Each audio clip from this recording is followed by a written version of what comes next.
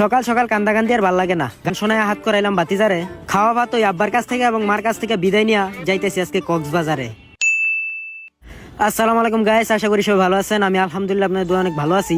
তো আজকে সকাল সকাল ঘুম থেকে উঠে দেখে বাতিজায় কান্দাকাটি শুরু করে দিছে। তো বক্স চালু করে বিছনাবাড়ি না গুছাইয়া বাতিজার লোকে শয়তানি করতেছে আর গান শোনাইতেছি। দেখছেনি কিরম লড়চড় করতেছে, একটু দুষ্টামি করতেছে আর যত দিন যাইতেছে ততই দুষ্টামি করতেছে। তো বাতিজার সাথে একটু শয়তানি ময়তানি করে দুই একটা টিকটক করলাম এখানে। তো টিকটক করা শেষ আর এই যে দুপুরবেলা আমি রেডি হয়ে গেছি। তো ফাইনালি আমার জীবনের প্রথম আমি কক্সবাজার যাইতেছি। তো যাই হোক, দোয়া করবেন সবাই। তো এই যে বাসায় যাইতেছি, আব্বাই আসছে দুপুরবেলা। তো দুপুরবেলা এসে আব্বাই খাওয়া দাওয়া করতেছে আর মা একটু বাইরে গেছিল।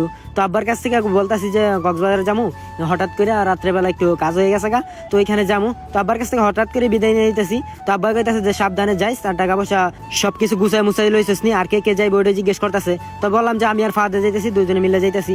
তো ঘরের ভিতরে ঢুকে সবকিছু গুছাই নিতেছি। এক সিট জামা পরে নিছি, আরেক সিট জামা লয়ে লইতেছি, কারণ এখানে বেশি দিন থাকতাম না, মানে 2 দিনের সফরে যাইতেছি, বেশি কিছু লাগবো না। তো 2 সিট জামা লইতেছি আর মা সবকিছু গুছাই দিতেছে। আর যে দেখতেছেন ওষুধপাতি লয়ে দিতেছি, শরীর হালকা একটু সুস্থ হয়েছে। তো যাই হোক, আপনাদের দোয়ায় খুব তাড়াতাড়ি সুস্থ হয়ে যেতেছি গা। তো এই যে দেখতেছেন ঘরটা মিস করতেছি। এই ঘরটার ভিতরে মনে করেন অনেক কিছু আবেগ সবকিছুই রয়ে গেছে। তো মায়ে সবকিছু গুছাই মুছাই দিতেছে আর চার্জার লয়ে লইতেছি, সবকিছু মনে করে লয়ে লইতেছি, কারণ রাস্তায় যদি আবার ওইখানে যাই যদি কোনো কিছু না পাই।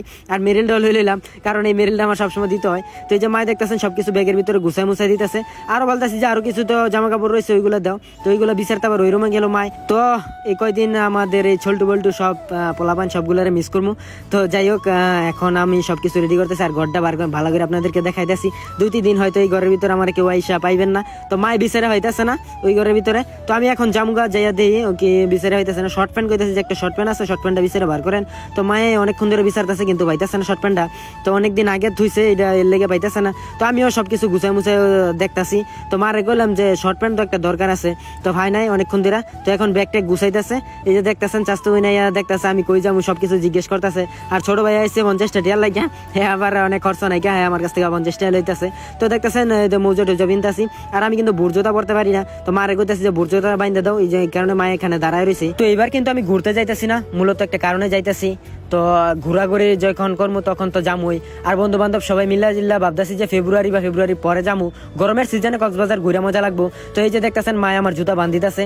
আসলে জীবনে অনেক কিছুই শিখছি, বাট জুতা বান্ধাওয়াটা এখনো শিখতে পারি নাই।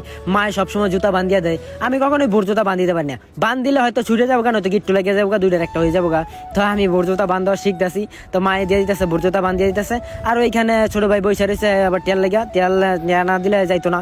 তো যাই হোক, এই যে স্বাস্থ্য মনে বয়ে রয়েছে। তো এখন আজকে জামুগা কক্সবাজার, ইনশাল্লাহ আগামীকাল দেখতে পারবেন সুন্দর একটা ভিউ, সুন্দর একটা ভিডিও। তো এই যে স্ট্যান্ডটা খুলছিলাম একটু ভিডিও করার জন্য। তো স্ট্যান্ডটা আবার সুন্দর মতো গুছাই মুছাই থুয়ে যাইতেছি, কারণ সবকিছু গুছাই না থুলে আবার কেউ গুছাইতো না। আমার ঘর আমার সুন্দর মতো গুছাইতে হয়, আবার মায় তো আছেই বাড়ির ভিতরে।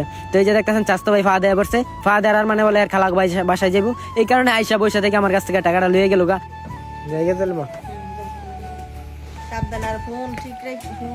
মায়ে বারবার বলতেছে যে ফোন কিন্তু দিমু, ফোন যাতে চালু থাকে।